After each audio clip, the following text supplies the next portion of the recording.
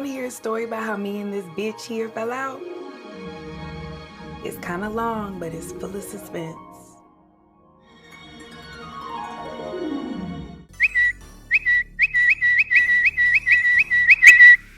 Hi everyone, I'm Dom Griffin, I'm a film critic and you're watching the Armchair Auteur.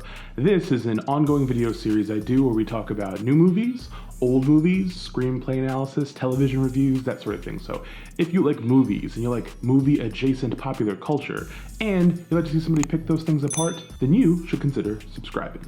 Today I'm going to be talking about the new film Zola, a movie that began as a tweet storm 5 or 6 years ago, and then Janicza Bravo has somehow turned it into the perfect summer A24 film release. So if you're not terminally online like some of us, a few years ago a woman who goes by Zola made a 148 tweet thread recounting a semi-true story about a wild weekend she had in Tampa, Florida with a woman she met while working at Hooters.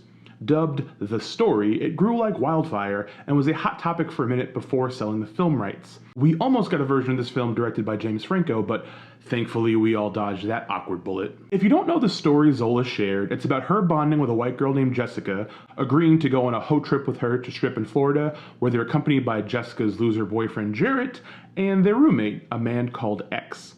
But the trip takes a turn for the worse when Zola realizes X is Jessica's pimp and that his intention is to coerce them both into turning tricks for the weekend. Even though the story is, at least partially fictionalized, it is based on real people. So for the movie, all non-Zola names have been changed. Zola, the narrator and star, is played by Taylour Paige, but Jessica becomes Stephanie, played by Keough. Jarrett becomes Derek, played by Nicholas Braun, aka Cousin Greg from Succession. If it is to be said, so it is. And X becomes Z, played by Colman Domingo. The movie is only 90 minutes, it's a pretty brisk film, it runs at a good pace, and as such, it is a movie based on a tweet thread, so I don't want to get too big into details of the plot because the plot details are kind of the whole thing. Look, there's a limit to the narrative complexity a movie can have when it's based on a series of tweets. But even if you do happen to already know the story details from the tweet thread, director Janicza Bravo and co-writer Jeremy O. Harris really make magic out of the raw elements of that loose story. The movie has to serve two masters. On the one hand, it has to be sort of a trendy, hipstery, viral story about some like wild, messy shit in the vein of like a ridiculous reality show you'd live tweet or something. But at the same time, it is a very realistic story about the kind of things that sex workers endure on a regular basis. So you can't lean too far in the direction of awkward comedy because then you're just kind of like ignoring like the realness beneath it. I would say the movie does a pretty good job of balancing the two, but it's not the best balance. Like, it is a very well-made movie. It's well acted, it's well shot. Barry Jenkins' regular collaborator, Joy McMillan, edited the film and she edited the hell out of it. They found a way to sort of metatextually draw attention to the source material without it being too overt. So a lot of times when a tweet is actually used as voiceover narration, you have like the sort of like ooh, like Twitter noise that pops up, or when texts come in, you hear the text noise. Like, some modern films don't do a very good job of literalizing the digital world we live in on screen, but this is one of the ones that does. Like, yeah, people do get text messages and are on social media, and those things are a part of daily life, and it's difficult to put up on screen without like calling attention to it in a weird way, and like this movie does it in, I think, the right way. But a big reason why I think the story works as well as it does on screen is because the cast is really, really good. I will say up front that even though this is something of a star-making turn for Paige in the lead role of Zola, because of the fact that she has to be the straight man, she doesn't have as much like fun stuff to do or to show off. Like, her character is there and she's like us. She's like the viewer guiding through this crazy journey. So like there's not as much of her, like she doesn't feel like as well drawn a character because she's just sort of there to tip us to the next crazy thing that she witnessed, you know? As a result, I kept thinking about really dumb things about her performance that otherwise are not, like, they don't matter. They're like total nitpicks. Like, Zola's supposed to be from Detroit, but like the way Taylour Paige talks is like incredibly West Coast, like the region seemed off. Silly, dumb nitpicky stuff. But like that's what popped into my head about her performance because there wasn't as much other stuff to grab onto. Do you know what I mean? All the other people in the movie get to do all the fun acting stuff. Colman Domingo is like genuinely hilarious and also frightening as this pimp. Like, he does really, really good work here. If you've seen him in anything recently, you know what he's capable of, and like this is that. Cousin Greg is hilarious, like super funny, probably the best comedic performance I've seen in a couple of years maybe. Like, he just steals every scene he's in. And Keough really surprised me. I don't think I've ever liked her like in anything. I've seen her in lots of stuff, but I'm always like, oh, she's here, whatever. But she is so funny and like so messed up in this movie, and it's such a good turn But it's a good turn because she gets to do all the craziest stuff. She gets to have like the wildest shifts from like funny to drama and stuff. Like, it's the part that you want in a movie like this, and she does it well. Why you on my Twitter? Why you on my Facebook? Why you on my Tumblr? Why are you DMing me? Sis, why you tagging me in photos? You don't even fuck with me. Sis. Let me know. Sis. Let me know. Yes, sis. All A24 movies have this vibe about them where they feel like they are bait for marketing before they're actual movies. And on the surface anyway, Zola has exactly the right aesthetic. Everything about the movie feels and looks the way you would expect a movie based on a viral tweet thread to look and feel. And I mean that in both good ways and bad. Like, at its best, it kind of reminds me of Hustlers a little bit in the way that the central relationship between the two women starts out as being this like kind of beautiful, touching, sort of sincere thing, like two women in a very specific type of working environment who find solace in one another. Like, it's very touching, but then it like turns into sort of a nightmare, and like it becomes this thing where the people that you became close to aren't who you thought they were. And I thought there was like a weird kinship with Hustlers in that regard, and also like a little bit of Tangerine in there as well, like just like a soupçon. But a lot of the movie's vibe really just reminded me of Harmony Korine's excellent work in Spring Breakers. Like, they're both trashy, stylish movies about Florida and the people that live there. But everything about it, just like the vibe and some of the energy and the mixture of comedy and horror and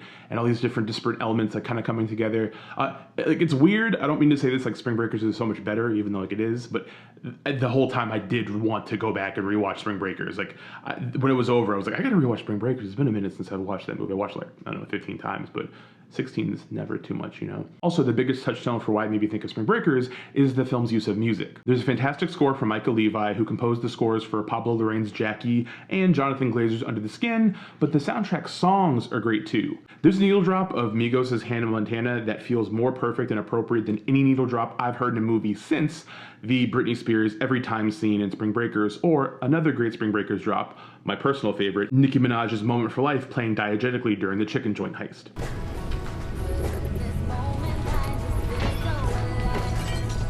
But my only real criticisms of the movie come down to two different things. One, as I said before, I sort of feel like the movie is so good at mining ridiculous, wild comedy from the proceedings that it doesn't really allow for, I think, a lot of mainstream viewers who are going to end up checking this movie out, if they can see it, they're going to kind of like miss out on like some of the more disturbing stuff. And that's not like a bug.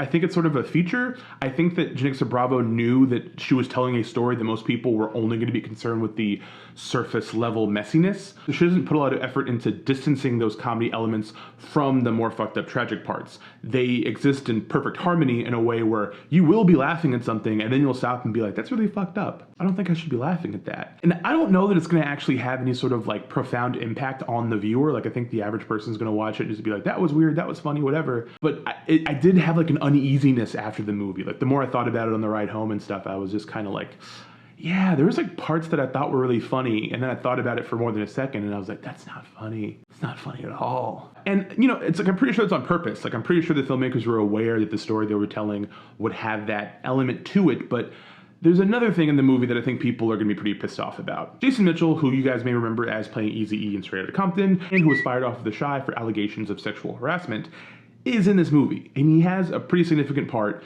If you know the story, like, you'll know which part it is, but I'm not going to get into it. But he's in the movie, and, you know, cards on the table, I think Jason Mitchell's an incredible actor. I think he's very talented. He's good in pretty much everything I've ever seen him in. But I can fully understand why people are frustrated that he ended up in this movie, in this specific role, because one of the most tense moments in the movie has this extra layer of discomfort because he's in it, because he's the one perpetuating the thing that makes it so tense. And it's like, it just seems weird. I know Kevin Spacey is going to be in movies again, and the fact that Kevin Spacey is in a movie directed by Franco Nero that is so germane to why we don't want him in movies anymore, like, it's uncomfortable. You're breaking an aesthetic distance in like a really creepy way, and I feel like for a lot of people that's going to take them out of this movie personally. But like, it works. I think he's great in the role, but the whole time I just kept thinking like, damn, they really kept him in this movie after that shit. That's a choice. And truthfully, just like any Twitter thread that gets popular and you scroll through, by the time you get to the last couple of tweets, the story kind of fizzles out. And the movie is no different. It definitely does just kind of run out of steam. But it runs out of steam in a way that kind of sticks the landing. Like, the movie is just kind of over, but that's kind of how wild, terrible weekends feel when they end. Like, they end kind of abruptly and you just feel kind of spent. And because the movie's only 90 minutes long, it's just not so bothersome. Like, if the movie had been a little bit too overstuffed and went a little bit longer and then fizzled out, it'd be frustrating. But it does kind of feel like it goes like at a really great clip, and then it's just done, which is how tweet threads feel. And if we're going to live in a world where Twitter threads become fodder for future feature film adaptations, that's something we're going to have to get used to happening. But yeah, I thought it was really entertaining. I think it's got a lot of really great moments. It's going to be an incredibly memeable movie. There's going to be a lot of really great GIFs whenever there's a digital release for this. But I don't know how well it's going to fare at the box office against like Black Widow and other stuff that's coming out. I don't know how many people are going to be dying to go see Zola, but I do want to see it again, and I'm looking forward to doing so. But I even today, even as I'm reviewing this for you guys, I still have this kind of weird feeling about it, and I can't decide if it's positive or negative. I'm going to recommend that people see the movie. If you're at all familiar with the story, I think the movie does it justice. Like, a few years ago when you heard they were turning that Twitter thread into a movie, this is probably the movie you imagined. And I guess in some ways that makes it a success. But yeah, those are my thoughts on Zola. It's out this week at most theaters, I guess. I don't know how wide a release it's getting, but you can see it in theaters if you are ready to go back to the movies. If you like this video, please give it a thumbs up. It'll tell YouTube that I did a good job, and then they'll send me a cookie. I don't get to choose what kind of cookie they send me, but they send me one, and I am hungry. If you have any thoughts about the review or the film or questions, you can ask those in the comments below because I love talking to you all. And if you have not subscribed, this would be the best time to do that. You can hit the little bell icon. It'll give you notifications anytime I put out a new video. I put out a new video, and a thing's gonna pop up on your phone saying to watch it. And I think that's a beautiful relationship that me and you can have. Thank you all again for watching. I hope everyone's staying safe, being good to yourselves and each other. I will see you in the next video very soon. Bye.